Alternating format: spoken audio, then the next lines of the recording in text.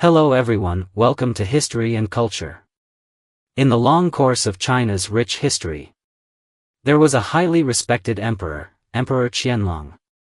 He was renowned for his wisdom, intelligence, and skill in governance. During his reign, the country was stable and the people lived in peace and prosperity. It was one of the most glorious periods of the Qing dynasty. Emperor Qianlong placed great emphasis on agricultural development. He encouraged the people to reclaim wastelands and expand farmland, and promoted population migration to actively develop frontier regions, making more land effectively utilized. He not only focused on agriculture but also valued the development of commerce.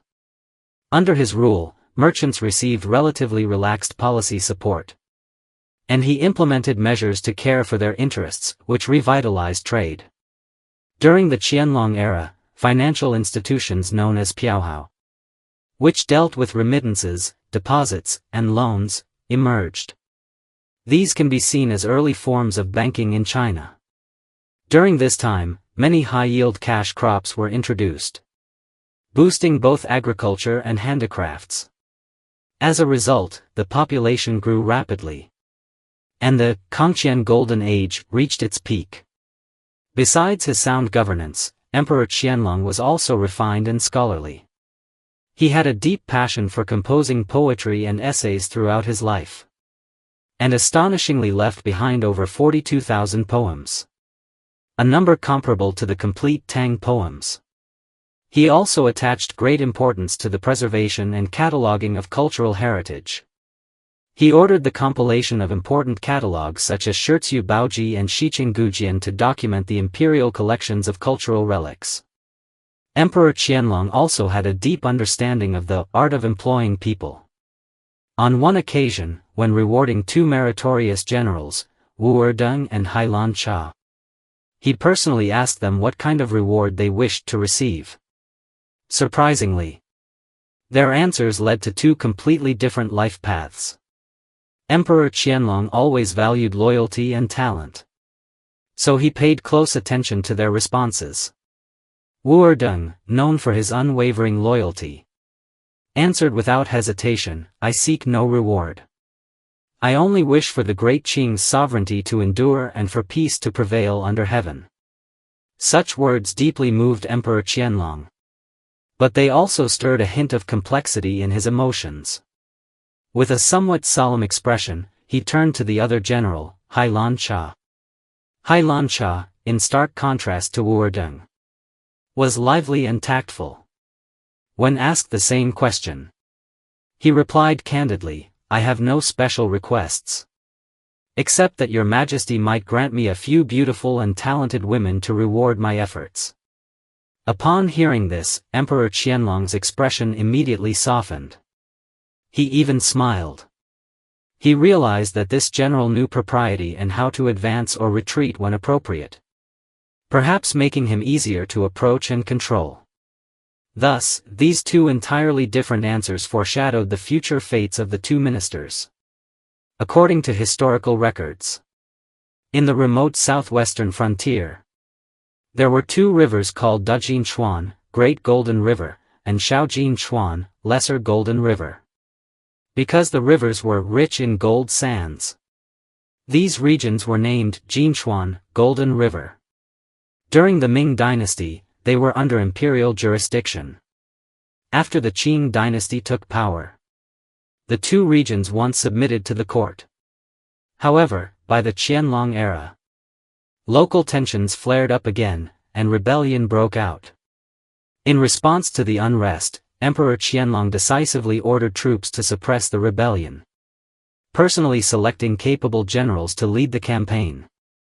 Wu Erdeng and Hailancha were entrusted with heavy responsibilities, each commanding forces to Dajin Chuan and Shaojin Chuan respectively, launching a prolonged and arduous military campaign.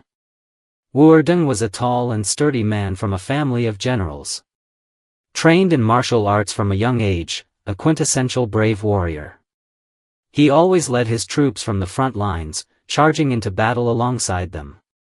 Whether advancing swiftly across the grasslands or engaging in fierce combat in the mountains, His unwavering resolve and exceptional combat skills earned him the deep respect of his soldiers. In stark contrast stood Hailancha. Tall and handsome, he was renowned more for his intelligence and strategic thinking than brute strength. Hailancha excelled at analyzing the battlefield, uncovering enemy plans, and setting up ambushes, often achieving victory against superior numbers. Under his command, troops maintained strict discipline, fought with flexibility, and frequently secured decisive victories. In this grueling campaign in the southwest, despite the harsh conditions, it was precisely the combination of Wudong's bravery and Hailancha's cunning that stabilized the situation. Each showcased his strengths and earned praise from both the imperial court and their fellow soldiers. Ultimately, under the firm will and meticulous planning of the Qing forces, the rebellion was quelled, and peace was restored to Dejinchuan and Xiaojingquan. The names of Wudong and Hailancha were forever etched into history as a legendary duo from that campaign. Returning to the moment when Emperor Qianlong granted rewards to the two generals, it was, in fact, an unconventional test. When Wudong expressed that he desired only to serve the nation, asking for no personal gain, he demonstrated an extraordinary level of loyalty and character. Yet this almost idealized response led Emperor Qianlong to reflect. What the emperor needed more, perhaps, was not a subordinate who spoke only of loyalty but one whose mind he could read. Someone who knew the ways of the court, understood human nature, and could be more easily guided and controlled. Hailancha's response, while seemingly worldly, was actually clever. With a light-hearted request, he showed his appreciation of imperial grace, signaled his attitude, and demonstrated his grasp of imperial psychology, understanding when and how to express personal desires. Such a courtier was easier for the emperor to read and manage. Emperor Qianlong smiled and nodded upon hearing this, graciously granting Hailancha's request and praising his frankness and intelligence. Hailancha, full of gratitude, pledged to redouble his efforts in service to the empire. Later, when the Hejua rebellion broke out in the northwest, Emperor Qianlong once again placed his trust in Wudong and sent him to suppress the unrest. Unfortunately, the campaign did not go well. Wudong's forces suffered a severe setback. When news of the failure reached the capital, Emperor Qianlong flew into a rage, feeling that Wudong had betrayed his trust. At this point, the emperor could no longer tolerate mistakes, especially from a once highly favored minister. He now viewed Wudong not as the reliable general he had once been, but as a man who hid his intentions, possibly even a threat to the stability of his reign. In the end, Emperor Qianlong made a harsh decision. Wudong was found guilty.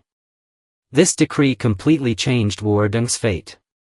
Once a pillar of the empire, cherished and relied upon, he fell from grace due to a single failure and the emperor's growing doubts. Wudong's downfall was a tragic reminder of fate's unpredictability and the harsh reality of political power struggles. Not long after, Emperor Qianlong turned his attention to another figure, Hailancha. Previously, Hailancha had requested beautiful concubines from the emperor, an act interpreted as his ability to read the mood and tactfully express human desires. Though it appeared self-indulgent, it actually revealed a shrewd mind and a strong sense of propriety. Impressed, Emperor Qianlong decided to give Hailancha a chance, sending him to help suppress the rebellion and test his capabilities and loyalty. Hailancha readily accepted the task without hesitation. On the battlefield, he was composed and adaptable, achieving victory after victory through intelligence and courage. His remarkable military achievements soon piled up. Hailancha's steady leadership and sharp strategic insight also earned him growing prominence in the imperial court. Emperor Qianlong increasingly relied on him, regarding him as a rare and invaluable talent. However, even a glorious life must one day come to an end. In the 58th year of Emperor Qianlong's reign, Hailancha passed away due to illness, marking the close of a loyal and illustrious career. The emperor was deeply grieved upon hearing the news, calling him a model of loyal service and bestowing the highest honors. His death was not only a personal loss to Emperor Qianlong, but also a significant loss to the empire. According to historians, though fate is finite, Hailancha's legacy teaches us this. In the delicate balance between power and trust, being able to express oneself sincerely and authentically is the key to lasting loyalty. Hailancha's ending serves as an example of how a wise man can shape a bright future through his actions. This is the History and Culture channel. Liking and subscribing are the greatest help and support to us. Thank you everyone and see you in the next time.